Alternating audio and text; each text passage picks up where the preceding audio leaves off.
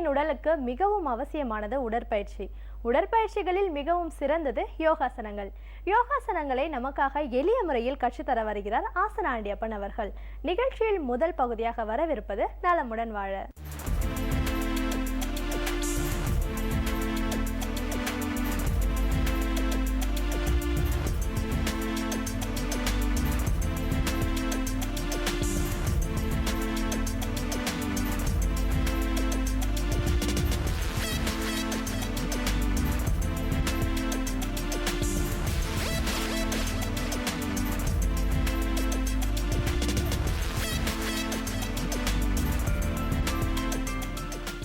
என் அருமை உலகத்தமிழ் மக்களே, தாய்மார்களே, பெரியோர்களே, சிறார்களே, என் அருமை சீடர்களே, யோக நண்பர்களே, யோக விரும்பிகளே, உங்கள் அனைவருக்கும் என் இனிய காலை வணக்கம்.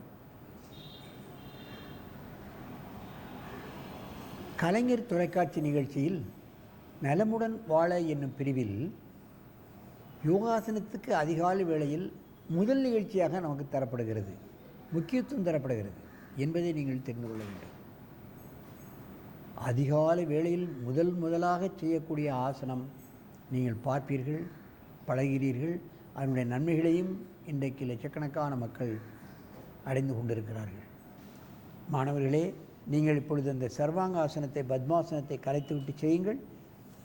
பத்மாசனத்தை கலையுங்கள். அப்படியே காலை நீட்டி படுங்கள்.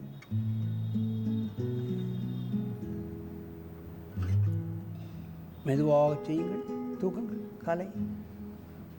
நன்றாக முதுகை தள்ளி அப்படி வெர்டிகலாக டானா மாதிரி வந்துடணும். இன்னும் தள்ளணும், இன்னும் கொஞ்சம் வரணும், இன்னும் கொஞ்சம் முதுகை தூக்கணும். முதுகு பக்கம் கை போயிடணும். விபரீத கரணிக்கு தான் இடுப்பில் வரணும்.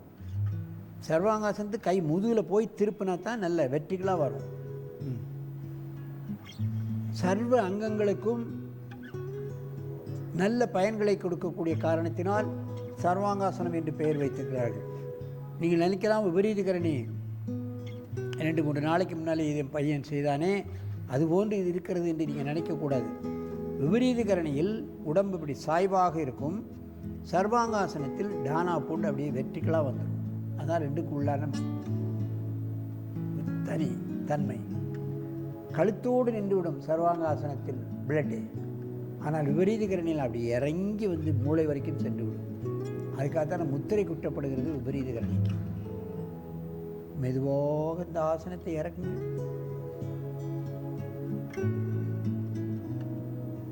கீழே இறக்குங்க.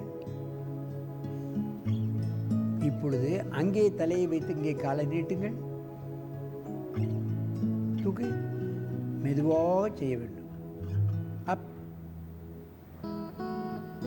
தூங்க. இன்னும் கொஞ்சம் தூக்கணும். முதுவை நல்லா தள்ளி முதுகு பக்கம் கை வந்துடணுப்பா. கை முதுகில் வந்துடணும். இன்னும் கொஞ்சம் பின்னால் கொண்டு வா கையை. அப்போ தான் சர்வாங்காசனம் வரும். இடுப்பில் கை வச்சா விபரீத கரணி, முதுகில் கை வச்சு தள்ளினா சர்வாங்காசனம் ஒரு டானா மாதிரி வந்துடும். அப்படி வரணும். குட். சர்வ அங்கங்களில் ஏற்படக்கூடிய பிரச்சனைகளை நீக்கும், சர்வ அங்கங்களையும் சரியாக இயங்க வைக்கும், அதிலே எந்த விதமான நோய் நொடிகள் வராமல் காக்கும் என்பதை நீங்கள் தெரிந்து கொள்ள வேண்டும். அதான் சர்வாங்க ஆசனம். இது சின்ன குழந்தைகளுக்கு நன்றாக வந்துவிடும். ஏன்னால் அவர்களுக்கு வளையும் தன்மை அதிகம். சிறு வயது முதற்கொண்டே ஆரம்பித்து விடலாம். கழுத்தில் ஏற்படக்கூடிய பிரச்சனைகள், தைராய்டு சம்பந்தப்பட்ட பிரச்சனைகள், காலில் ஏற்படக்கூடிய பல்வேறு பிரச்சனைகள், இவைகளெல்லாம் இந்த ஆசனத்தின் மூலமாக முழுமையாக நீக்கிக் கொள்ளலாம். ஜீரணக்கருவிகள் மாற்றப்படுகிறது, தலைகளாக மாற்றப்படுகிறது. மெதுவாக இறக்குங்கள்.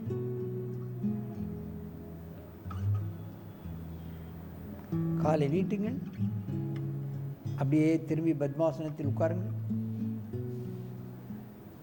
என் அருமை பெரியோர்களே, தாய்மார்களே, சர்வாங்க ஆசனம் என்பது சற்று கடினமான ஆசனம். சிறுவயது மேற்கொண்டே அதிலே வர வேண்டும். சற்று வயதாகிவிட்டால் அந்த கழுத்து எலும்பு விரைப்பாகிவிடும். அதை விபரீத கரணி செய்ய செய்ய செய்யத்தான் சர்வாங்காசனம் வரும். எடுத்த எடுப்பிலேயே வயோதிகர்கள், முதுகெலும்பு இறுக்கமாக இருப்பவர்கள், கழுத்தெலும்பு இறுக்கமாக இருப்பவர்கள் சர்வாங்காசனத்தை நிதானமாக செய்ய வேண்டும். ஹலாசனம் பழகி அதற்கு பின்னால் தான் சர்வாங்காசனத்துக்கு வர வேண்டும்.